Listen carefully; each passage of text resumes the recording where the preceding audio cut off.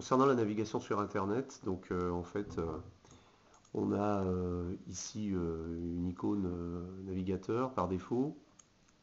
Voilà, si on lance, on arrive sur une page d'accueil Google. Il faut savoir que toutes les applications et tous les services sur le HTC Magic sont disponibles en mode paysage, en mode horizontal. Euh, Contrairement à l'iPhone, et c'est fort pratique, notamment lorsqu'on veut saisir du texte, comme ici par exemple, puisqu'on a du coup un clavier qui est un petit peu plus large.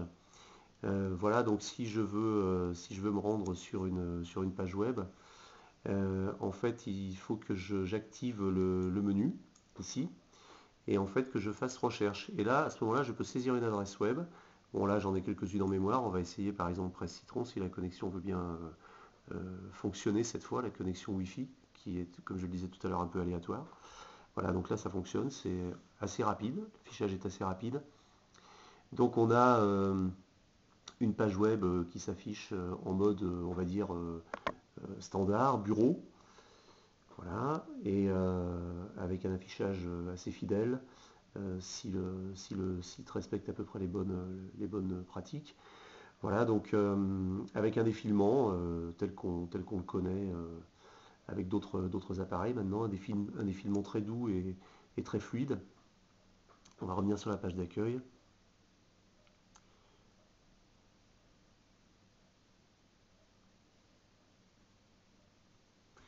Voilà, donc ici, la possibilité de scroller la page horizontalement et verticalement, un tout petit peu moins fluide que sur l'iPhone, mais vraiment ça se joue à pas grand chose, c'est très agréable comme usage.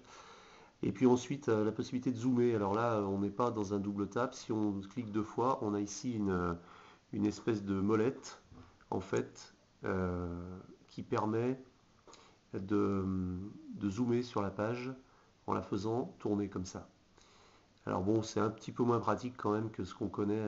Enfin, je suis pas fan de cette molette. C'est pas très évident à manipuler.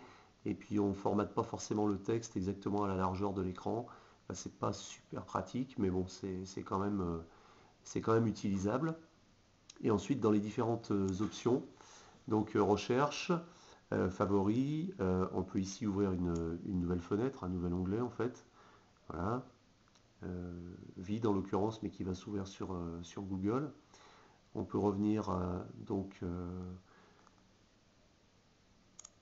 voilà, bon, c'est un clic de trop. On peut revenir en arrière, décidément. Revenir aux fenêtres et revenir à la page précédente par exemple. Voilà.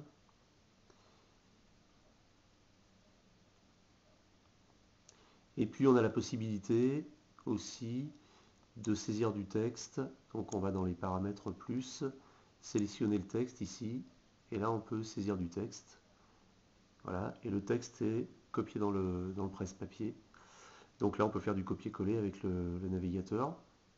Voilà pour la fonction navigateur.